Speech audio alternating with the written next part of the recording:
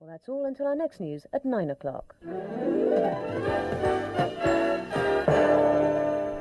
The perfect way to spend your evening with Radio 2, easy listening. And now Hubert Gregg says, I call it style, and tonight he turns a personal spotlight on Jessie Matthews.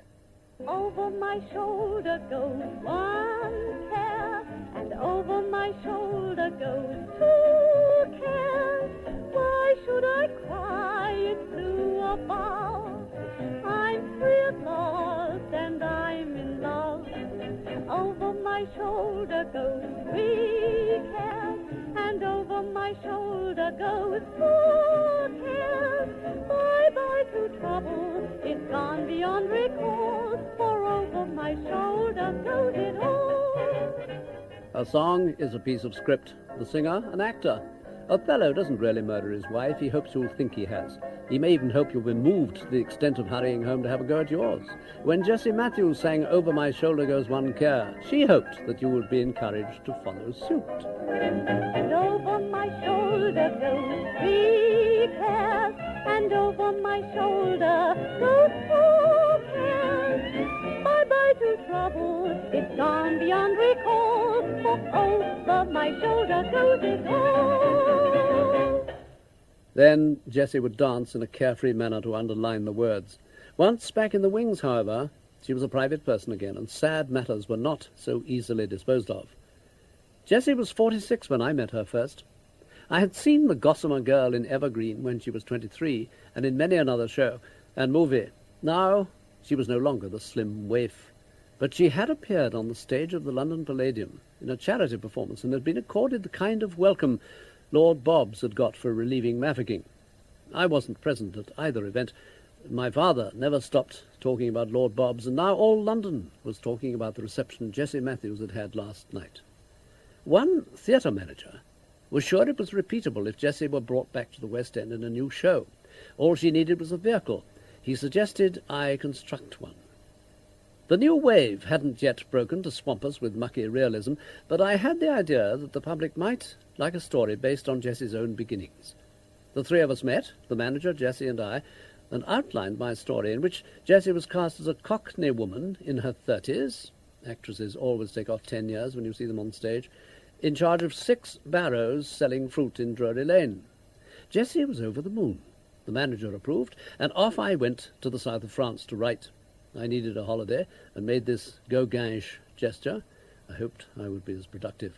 I kept the Gossamer Girl constantly in mind, and the kind of words and music we loved to hear her sing. When you've got a little springtime in your heart, you can laugh at all the wintry winds that blow. Though December comes your way, for you the birds will sing, and buttercups come peeping through the snow.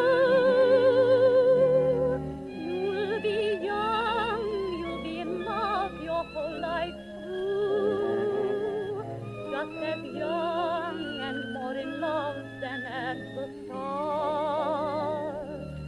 And each happy scene will be evergreen as the sweetest morning in June.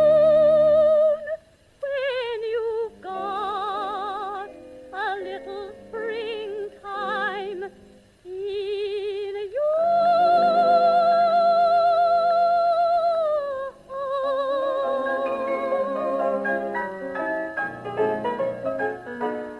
When you've got a little springtime in your heart,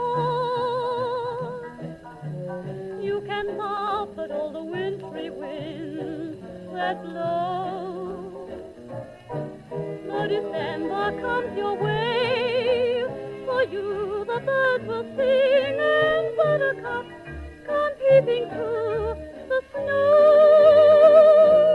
You'll be young, you'll be in love your whole life through, just as young and more in love than at the start. And each happy scene will be evergreen as the sweetest morning in June. When you've got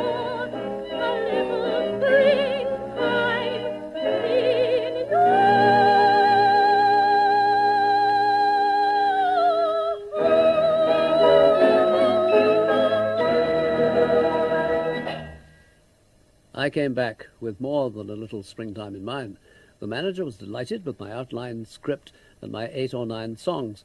All I needed to do was to play them to Jessie, complete the job, and we were in what looked like being lucrative business. I hadn't been commissioned, no money had changed hands, but there was so much confidence around. We were buoyed up by it. We could almost have eaten it. What could go wrong? Everything. I was told that Jessie, too, had been for a holiday in Spain. It was rumoured that she'd lost 2 stone. It was also mooted quietly, I had known nothing of this in advance, that she was emotionally a touch unstable. The loss of 2 stone in weight wouldn't, I thought, be calculated to help this aspect of the matter. I was right. I travelled to Jessie's house somewhere outside London. She sailed down the stairs to greet me, looking bronzed and quite slim. A waif, I thought to myself, is one thing, but a return to waifdom could be a mistake. She greeted me warmly and said at once, "I've changed my mind about the story. I want to be more glamorous." "That's tricky," I said.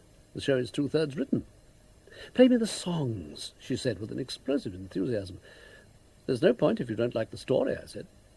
Then I thought, naively, if she heard the words and music, some of it, she might change her mind again.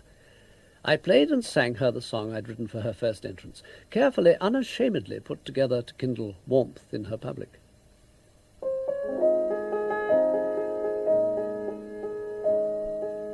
Oh, the sun it is a-shining on the first spring day, and it's cutting through the winter like a knife. Oh, my heart it is a-singing, and I'm bound to say that I never felt so well in all my life. Not a single cloud reclining in a sky so blue, and the future looks as bright as it can be. Oh, I want to give my happiness to you, you, 'cause I never felt so well, even for me. I just want to go round hugging all my friends, even wish that I had enemies so I could make amends. I'm not even make-believing that the road's downhill. They can come at me with trouble and with strife. I can take it, I can make it, 'cause I must, I will. For I never felt so well in all my life.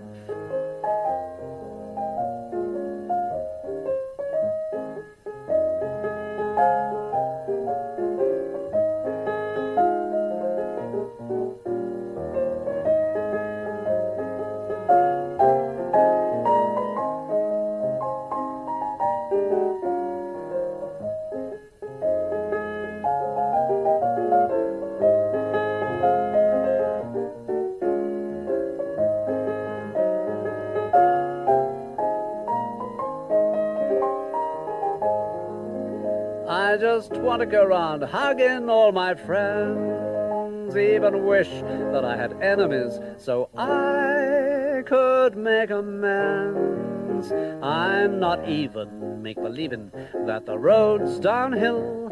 They can come at me with trouble and with strife. I can take it, I can make it, 'cause I must, I will, for I never felt so well in all my life.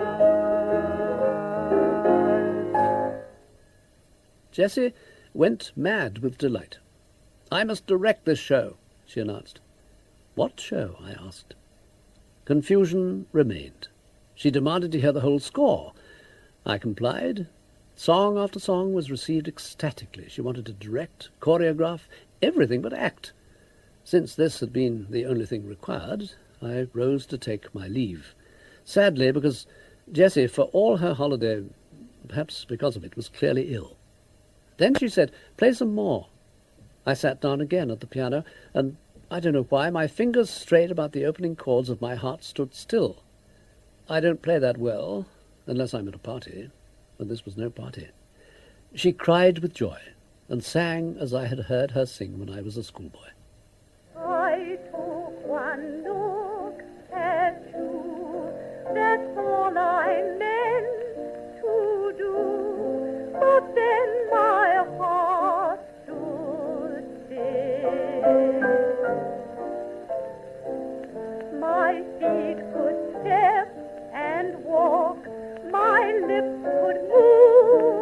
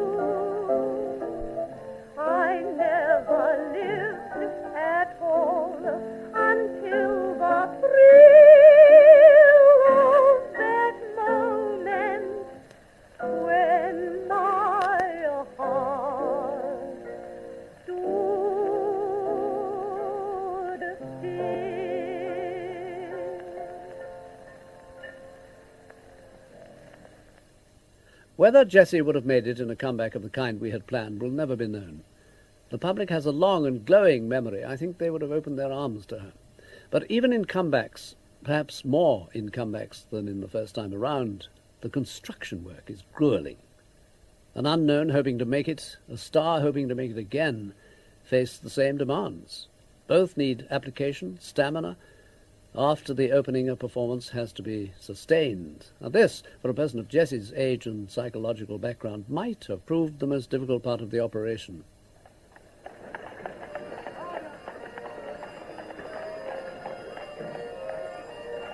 Jessie Matthews was born above a butcher's shop in Berwick Market, Soho, London, on March the 11th, 1907. It has been reported that she was the seventh child of 11 children, but in fact, her mother had 16 children in all. There were only 11 survivors. Survival was something you went to domestic war for at that time, and at that address. Her father ran a stall in the market selling fruit and vegetables, and sometimes furniture on the side. He did fairly well, but drank even better, and was a generous buyer of rounds at the Blue Posts and other locals. When he came home, he wasn't above beating up his family. "I was always frightened," said Jessie once. "All my life I've been frightened." Not only of her father when he came home at night, she was frightened of Miss Steele at school, who was aptly named, and hit Jessie about the head for writing with her left hand. Before a ballet lesson, she was briefly happy and turned a few cartwheels, for which one Madame Claire beat her behind with a stick. More than anything, she was frightened when she walked onto a stage and gazed out at what she called the yawning blackness in front of her. "Never let them see that you're frightened," said Madame Claire, shaking her stick at the 10-year-old child. Good advice. They mean no harm, the public that go to make up that blackness performers perform to. So we performers are led to believe. Jessie continued to be frightened, but purveyed something else. I'll be happy making you glad. Can't be happy when you are sad. Let me give my happiness to you.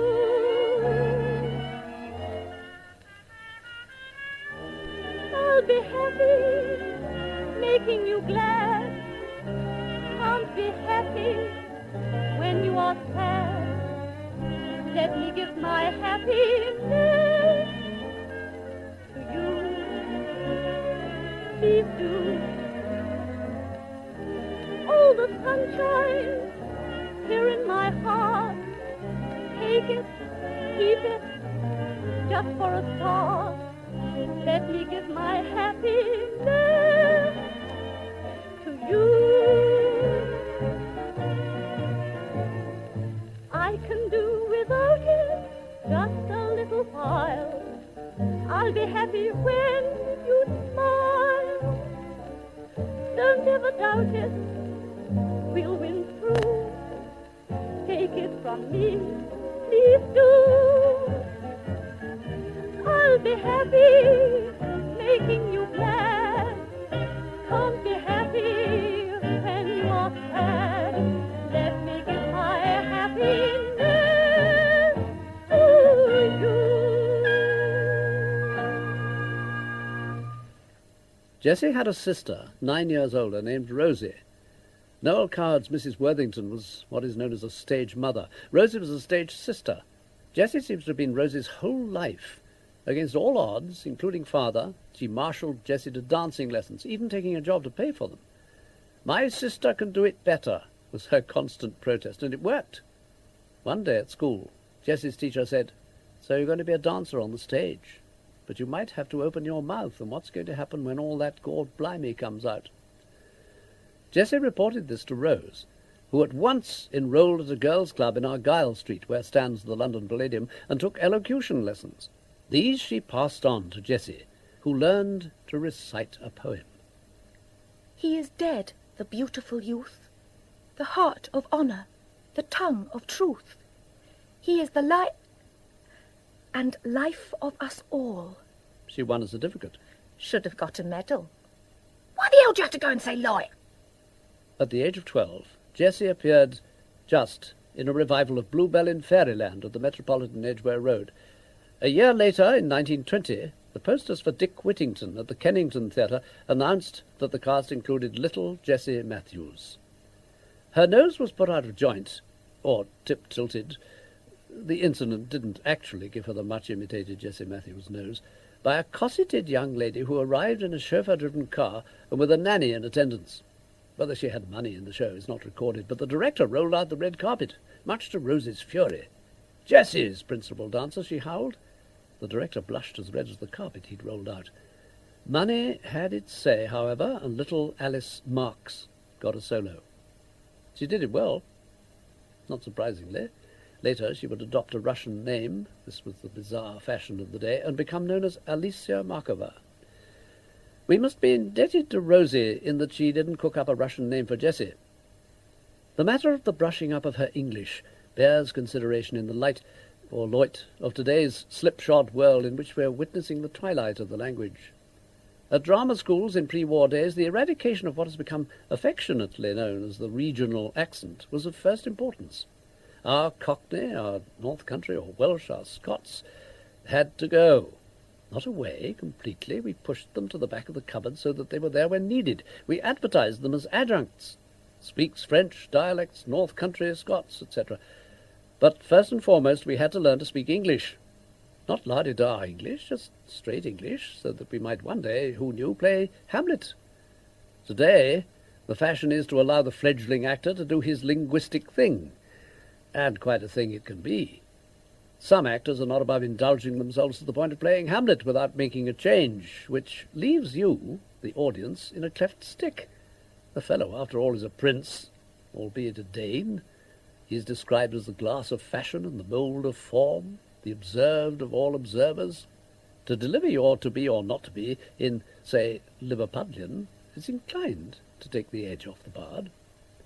English today is looked down upon in drama schools, some of them. It's odds on your teacher can't manage it. Jack Buchanan worked hard at the removal of his strong Glaswegian because in his view it wouldn't go with evening clothes. Harry Lauder was a different kettle of Scottish fish. I Love a Lassie wouldn't have translated, but imagine Jack singing, for instance, this in anything but standard English. Good night, Vienna, you city of a million melodies. Our hearts are thrilling to the strains that you play, from dawn till the daylight dies. Or Bobby Howes. Now, how could Bobby have sung this in anything but this? Got a date with an angel, I'm going to meet her at 7. Got a date with an angel, and I'm on my way to heaven. In the musical theatre of the day, we didn't want too much realism. We entered the magic box to escape the world and the screech of its axis as it turned.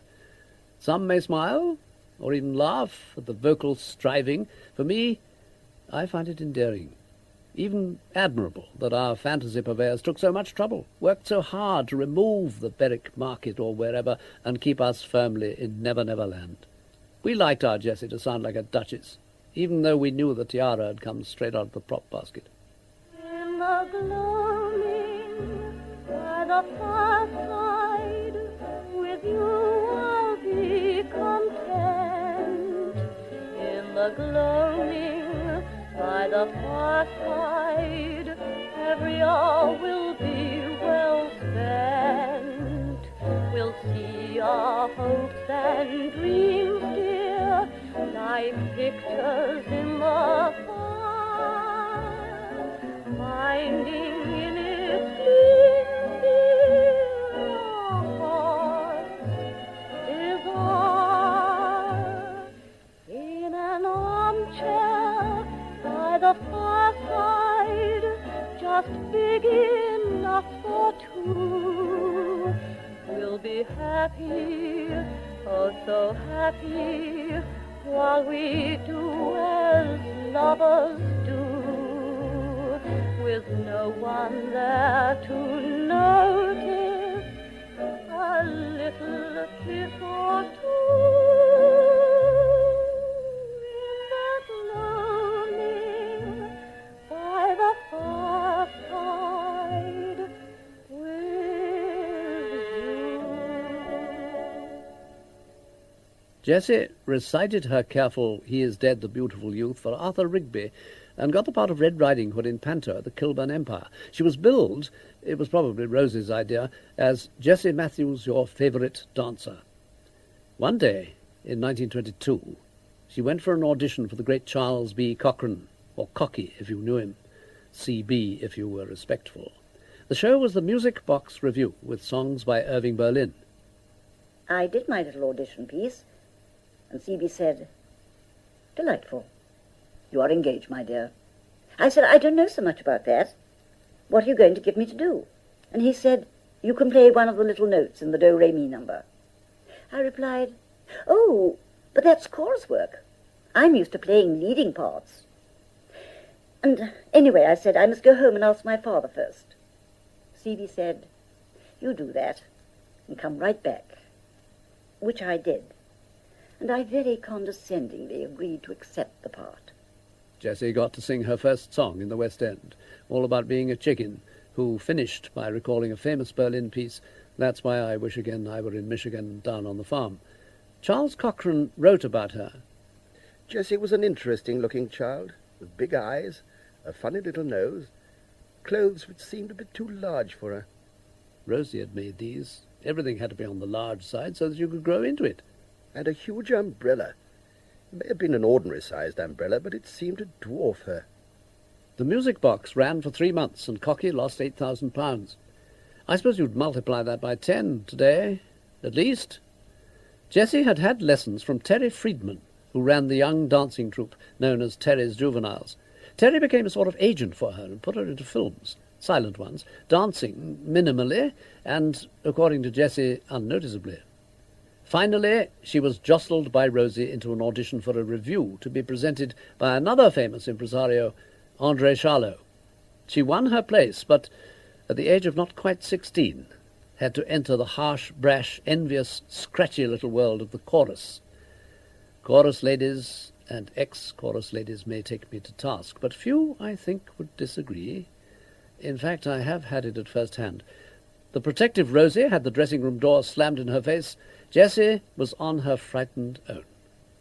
The review starred Gertrude Lawrence. Parisian hero, society's hero, the lord of the day, the rouge de la fête is under your sway. The world may flatter, but what does it matter? They'll never shatter your gloom profound. Parisian hero, your spirit's at zero, divinely forlorn, with exquisite scorn, from sunset till dawn. The memory is calling, your star will be falling as soon as the clouds go down.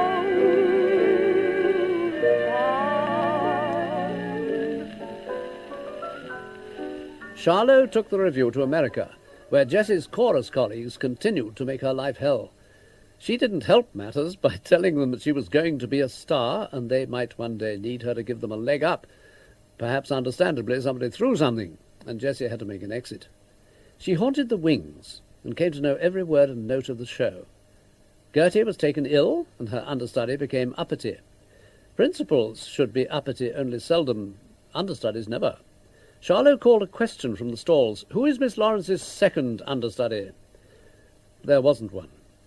Now, if this sounds to you like the plot of the film 42nd Street, it does to me too, and we may guess the outcome. There was a difference. Ruby Keeler, as Peggy Sawyer, who got her chance at stardom when Bebe Daniels broke her ankle, was modest and reluctant. Matthews walked on in answer to Charlot and said, "I am." Everybody backstage was aghast. The stage manager took a breath, then, not wanting to admit to having fallen down, stood up for her. The not very happy result was that Jessie was made first understudy, and the first understudy went down to second. Her position in the dressing-room was now untenable. Anyone opening the door at any time would be liable to receive a box of powder bang in the face. Gertie didn't take kindly to this young girl, who, when she played, which was quite often, was quite good, and, moreover, sang on the note. The demonic Miss Lawrence would order her to go on for the Pierrot number when she was bored. Then, when Jessie was dressed and ready, would change her mind. One day Jessie got dressed and ready and undressed again twice. All in all, it was not a happy time. She had fallen in love with a steward on the ship that took her to New York, a South American named Georges. Ostracized by the chorus girls, who might perhaps have given her a little advice in this area, she became pregnant.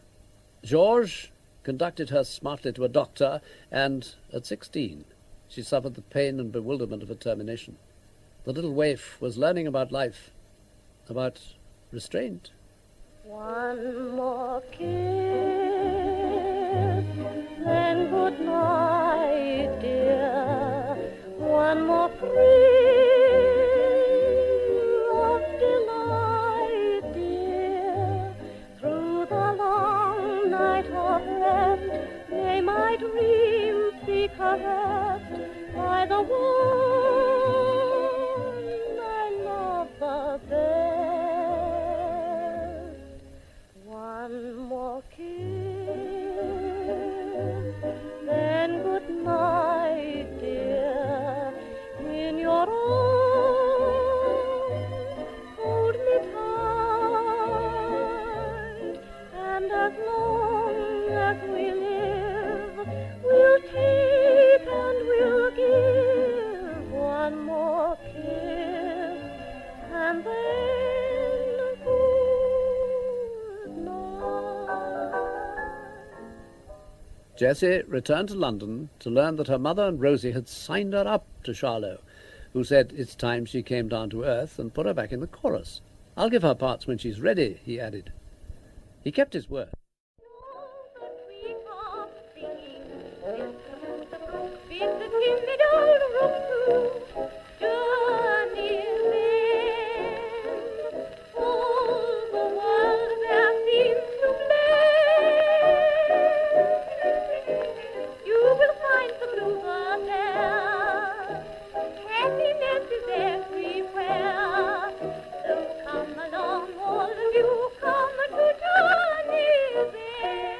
Jessie was leading, the chorus had to follow.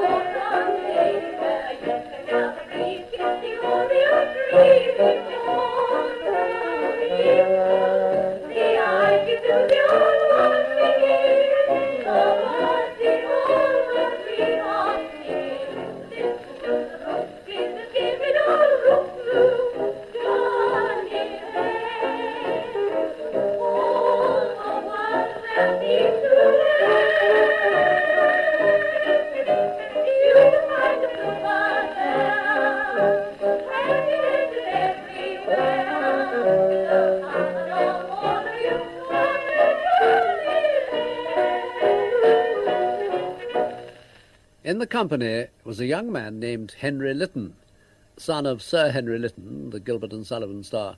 Young Henry was a spoiled brat whose mother called him Boise. Jessie and Boise played together nightly at the Prince of Wales Theatre. Off-stage they played too. Henry was on the rebound from a love affair, though it's to be doubted that he bounced very high. Georges had faded from Jessie's life, and she was soon intrigued by the new grandeur. She had left home and gone to live with Rosie and her husband in a house in Shepherd's Bush.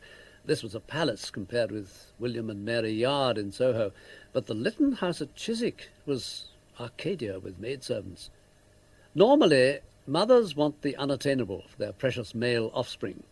Lady Lytton had even given hers Lord for a first name. But, strangely, both she and Sir Henry all but hounded poor Jessie into matrimony. Perhaps they were using her as a potential cure, which was certainly needed. Rosie didn't approve. "Look at the ring," she said. "That's no diamond, it's glass." It may well have been. Henry was never in funds unless they were somebody else's. The marriage took place at Hammersmith Town Hall. Jessie's brother George arrived on his bike to find her in tears. "Hop on," he said intuitively. "If you don't want him, don't have him. Hop on." Unhappily she didn't, and Mr. and Mrs. Henry Lytton proceeded to spend her money and have themselves a lordly ball. Their love tale was sadly unlike the idyllic song they sang nightly one to another. Sitting beside you on a silly little hill, I never could be bored or vexed. Sitting beside you, there's a silly little thrill in guessing what will happen next. Though it meant a lot of sacrifice, Now at last we've got our paradise. in this hill that we've annexed. And I'll bet at sunset, even later on, I'll still be sitting beside you on a silly little hill. Charlot now made for him an amazingly stupid deal with Earl Carroll, who presented his Vanities in America. He agreed that the two shows be linked on Broadway and for an American tour. Carroll's shows were semi-nude spectacles with a run-out that carved a slice out of the auditorium. Charlot's material was too intimate in another way and tasteful to make a mixture. When Jessie stepped onto the run-out to sing, the audience, warmed up by earlier Vanity girls, were agog for her to remove something. When she didn't, they became not only unagog, they gave her the bird. It was the same for all the Charlot performers, not only on Broadway, where they had a comfortingly short run, but on the tour, which seemed unending. Jessie was in despair as she packed for the journey back to England. A cable arrived from Cocky. Don't do anything until you see me. In London, she saw Cocky and signed a contract for 4 shows. It had to be countersigned by Henry, since Jessie was still a minor. He all but spilt the ink over it when his eyes lit upon the salaries. £60 a week for the first show, £100 for the second, £150 for the third, and finally £200. A huge sum in buying power at that time. And buying was what young Henry had in mind. The first review, presented at the London Pavilion in Piccadilly Circus in May of 1927, was called One Damn Thing After Another. As a sop to the prudish, it was referred to as Odd-tar, O-D-T-A-A. She sang the beautiful Rodgers and Hart song, My Heart Stood Still, and superbly. Hutch, who was the pit pianist, accompanied her on the recording. In this, her final Cochrane review, not only did Jessie's heart stand still in song.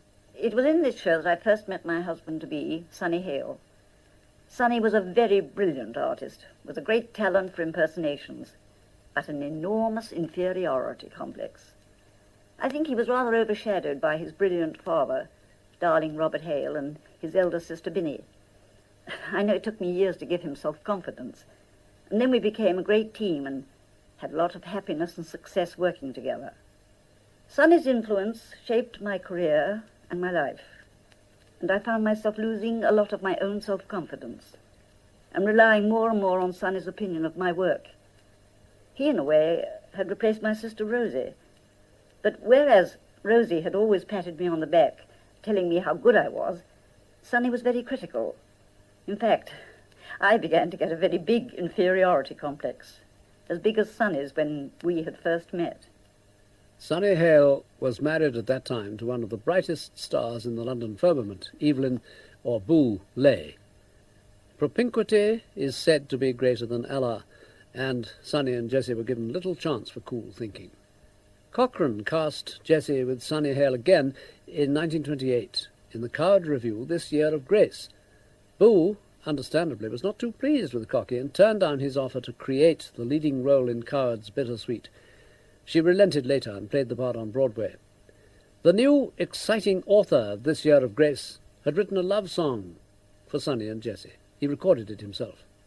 A room with a view and you, and no one to worry us, no one to hurry us through this dream we found. We'll gaze at the sky and try to guess what it's all about, then we will figure out why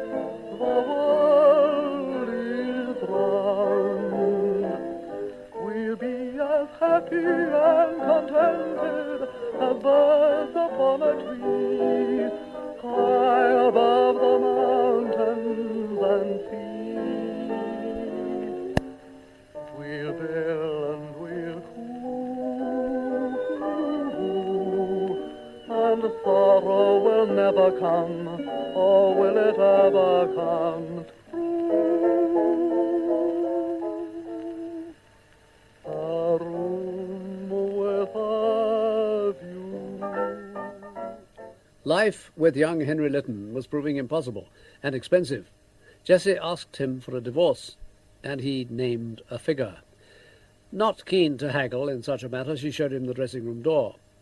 The problem began to solve itself later when she discovered she had been presented with and had paid a bill for a gift from Henry to his mistress. 1 year later, in March of 1929, Cochrane cast Sonny Hale and Jessie together for the third time in his Cole Porter revue, Wake Up and Dream. They rehearsed for this all day and played in This Year of Grace at night, which was, we may think, propinquity gone mad. George Metaxa in Wake Up and Dream was singing a Cole Porter song that went, What is this thing called love? This funny thing called love. Another Cole Porter classic in the same review was Let's Do It, Let's Fall in Love. Everything, unhappily, was conspiring for the making of a great story for the press. They gave the widest coverage to the two divorces. Jessie confessed that she was devastated at her own behaviour, but was unable to follow another course. I would dare anything for one little kiss from you. Oh, if you'd care, why I'd bring the earth and its treasure to serve your pleasure. I would reach for that moon, anything I would do.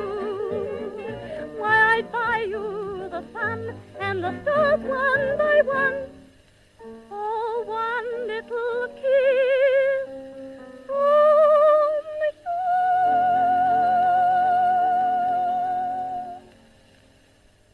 Jessie consoled herself later with the knowledge that Boulez married Frank Lawton, as popular a figure in the straight theatre as Boo was in the musical field, and a much-missed friend of mine. The marriage was a supreme success. Cochrane's fourth show for Jessie was Evergreen. Sonny Hale was cast too. Cocky refurbished the Adelphi Theatre and put in London's first revolving stage. Evergreen opened in December of 1930. It was a book show, Jessie's first excursion into acting, and the score was by Dick Rogers and Larry Hart. The hit number Jessie performed in an upside-down setting with a huge chandelier climbing up out of the floor. The world is lyrical because a miracle has brought my lover to me. Though he's some other place, his face I see. At night I creep in bed, but never sleep in bed. Just look above in the air. And to my sweetest joy, my boy is there. It is my prince who walks into my dreams and talks. He dances overhead on the ceiling near my bed, in my sight. Through the night I try to hide in vain underneath my counterpane. There's my love up above. I whisper, go away, my lover. It's not fair, but I'm so grateful to discover he's still there. I love my feeling more since it is a dancing floor just for my love. After Evergreen, Jessie's contract with Cochrane was at an end, and she co-starred with Sonny and Stanley Lupino in Hold My Hand. She and Sonny had married in January of the year. The title song might have been written not only for the show, but for their private lives. Hold my hand, no matter what the weather, just you hold my hand. walk through life together, for you'll find in me that kind of a friend who will see you through to the end. So if you'll hold my hand, we both shall walk more steadily, for understand, you hold my heart already in that dreamland where I have planned that I shall hold your hand forever. In 31, Jessie made her first talkie, Out of the Blue, which was no more successful than Little Tommy Tucker, the show that had been at Daly's Theatre. In 32, she played in The Midshipmaid, and in 33 she was Susie Dean to the Inigo Jollifant of John Gielgud in The Good Companions. George Posford wrote the music, and Dougie Ferber the words for Let Me Give My Happiness to You, and for this one. 3 wishes, what shall they be? Sweet wishes, 1, 2, and 3.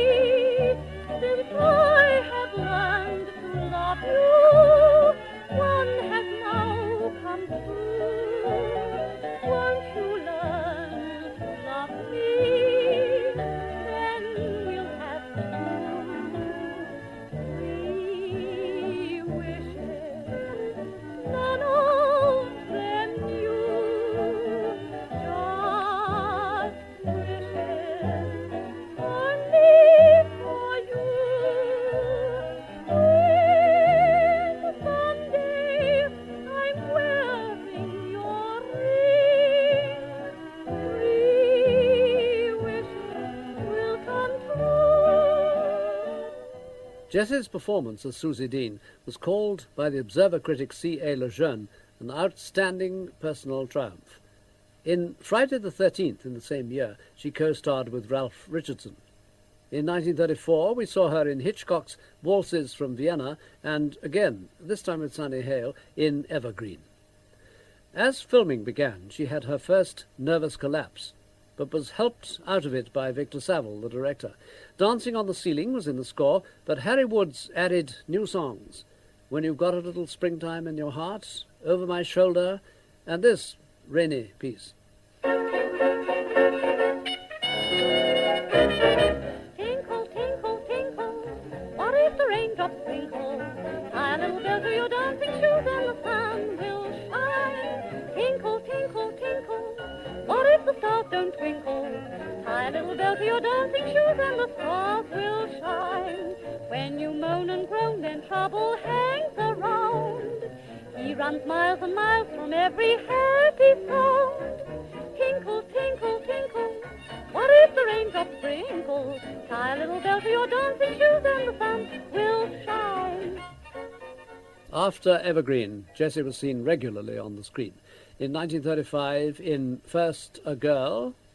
In 1936, she made It's Love Again. In the same year, in Head Over Heels, she sang May I Have the Next Romance with You, and in Gangway, in 1937,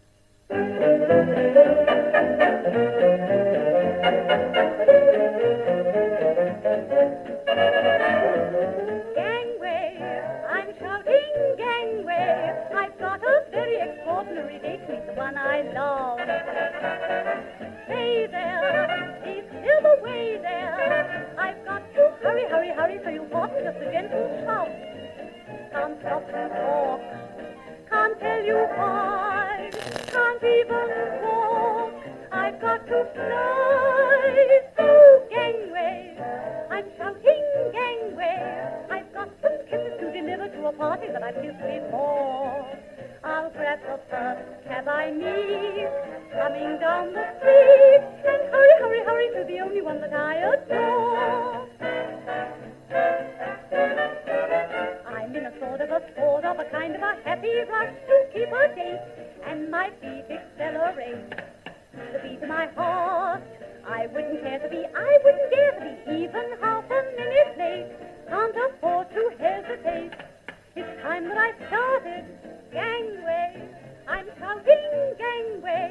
I've got a very extraordinary day to meet the one I love.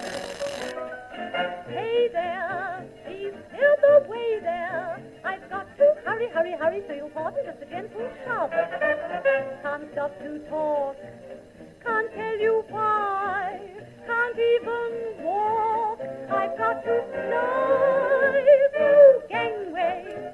I'm shouting gangway. I've got some kisses to deliver to a party that I've missed before.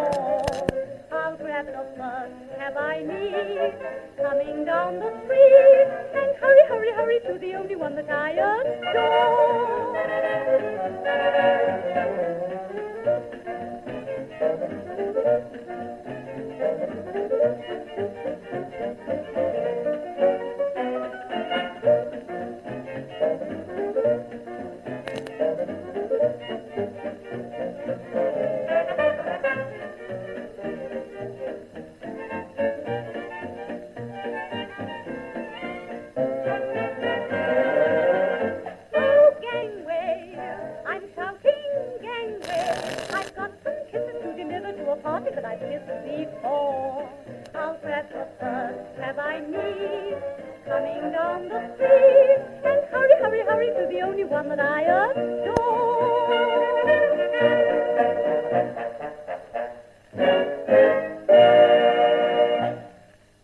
Jessie Matthews was red-hot news in America, but turned down, it is said, a Hollywood offer of more than $300,000, £60,000 odd per picture.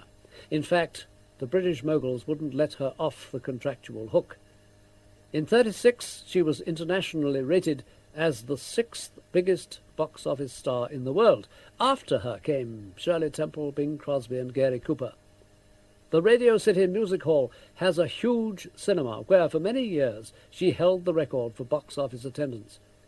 Whether or not these strange figures signify, and personally I view ratings and charts and the like with suspicion, the inescapable fact was that Jessie had made it to the top of a very tall tree, the climbing of which can take out of you everything you have. Domestically, she continued to know unhappiness, even tragedy. The child she wanted so much had died a few hours after its birth in 1934. She and Sonny adopted a girl, but in 1944, after 13 years, the marriage ended, and Sonny married the child's nanny. 2 years before she and Sonny parted, Jessie appeared at the Prince's Theatre, London, in a revival of the 1920s success Sally. The new title was Wild Rose. She sang this Kern and Buddy de Silva classic.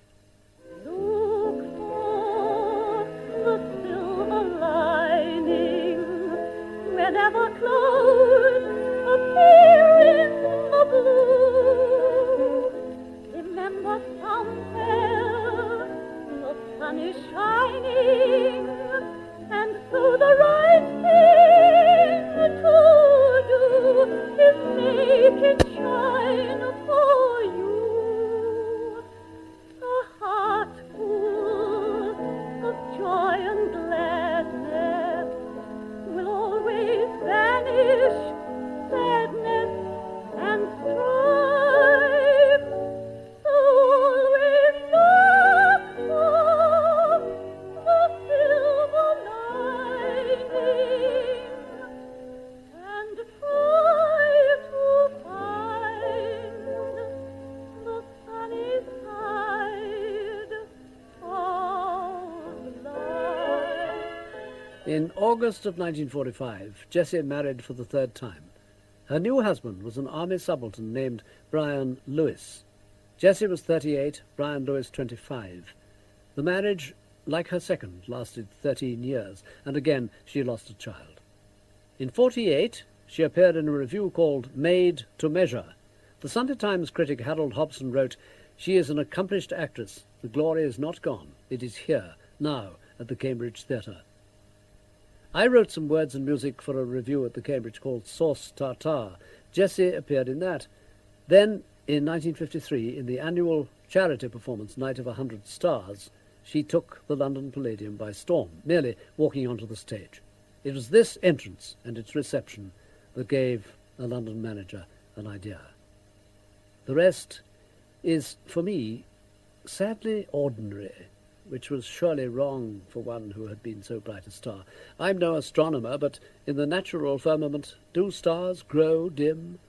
I suspect it may take the odd million of years.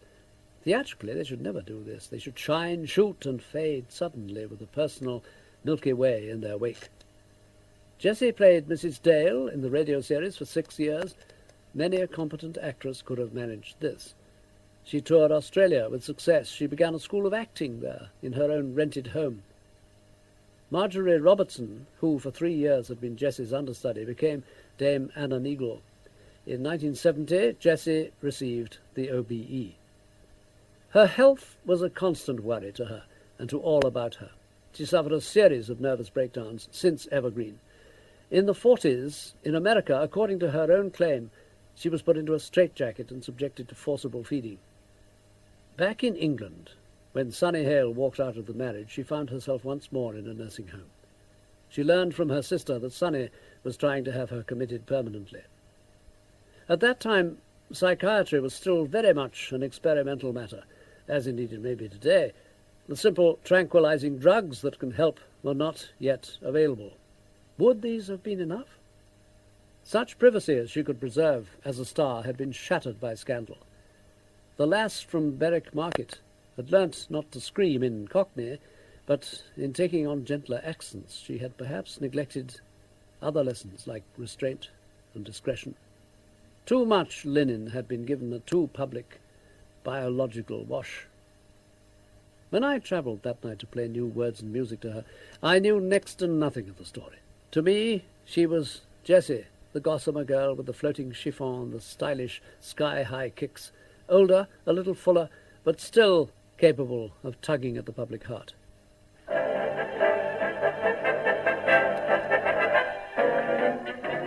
my shoulder goes one care, over my shoulder goes two cares.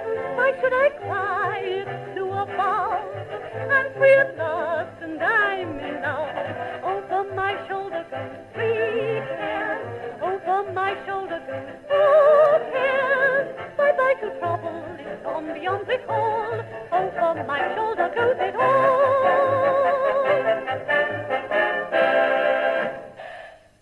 Jessie Matthews, the girl from Berwick Market who gave her happiness to so many and found too little to keep for herself. Good night. To you. I Call It Style was written and presented by Hubert Gregg and produced by Peter Hoare. Next week, Hubert Gregg turns a personal spotlight on Bing Crosby and Bob Hope. Now a note for tomorrow evening's listening.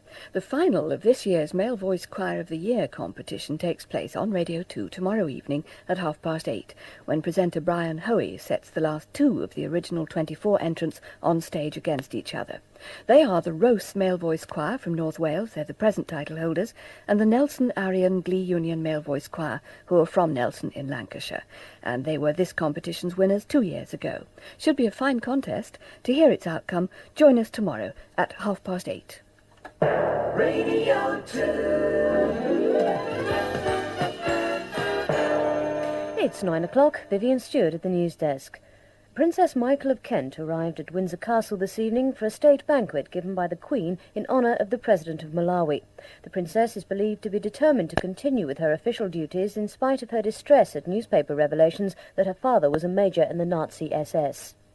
President Reagan has announced that he will visit the site of a Nazi concentration camp during his forthcoming visit to West Germany, even though he said earlier that such a visit would reopen old wounds. The President also said that he intended to go ahead with a wreath-laying ceremony at a military ceremony where some SS troops were buried. 1,200 men have gone on strike at Asken Colliery in South Yorkshire. The men walked out in a row over bonus payments, and coal board chiefs estimate that production of 1,500 tonnes of coal has so far been lost.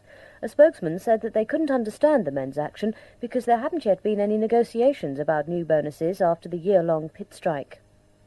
The Spanish Transport Minister has rejected claims that his country's airports are unsafe because of faulty equipment and long hours worked by air traffic controllers. He said Spanish installations at least matched up to international standards. He dismissed complaints of staff shortages and radar breakdowns as lies which harmed Spain's prestige, and said there had been sweeping improvements to equipment in recent years. Tomorrow's one-day rail strike in Scotland is to go ahead. It's in protest at BR plans to close an engineering works in Glasgow with the loss of 1,200 jobs. The RAF have come to the aid of a baby boy in Gibraltar who needed hospital treatment in Britain. They laid on an aircraft to fly the day-old boy to RAF Lynham in Wiltshire, and from there he was taken in an RAF ambulance with a police escort 40 miles to the John Radcliffe Hospital in Oxford. Well, that's all the news for the moment. We'll have more for you at 10 o'clock. This is Radio 2, FM stereo, M693 or 909.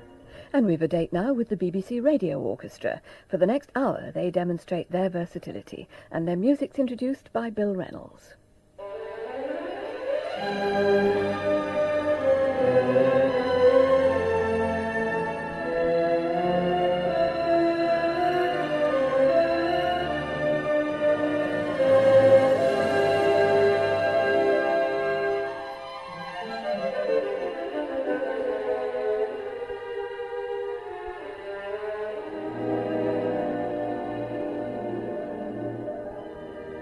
Hello, Bill Reynolds here, welcoming you to another of our Tuesday evening sessions. Music to soothe, music to stimulate, above all, music to enjoy with the BBC Radio Orchestra, our guests, the David Snell Trio, and our star singer, Sandra King. Each week, we bring you the best in popular music, with our talented family of singers and arrangers, and the Radio Orchestra, conducted this week by Pete Moore.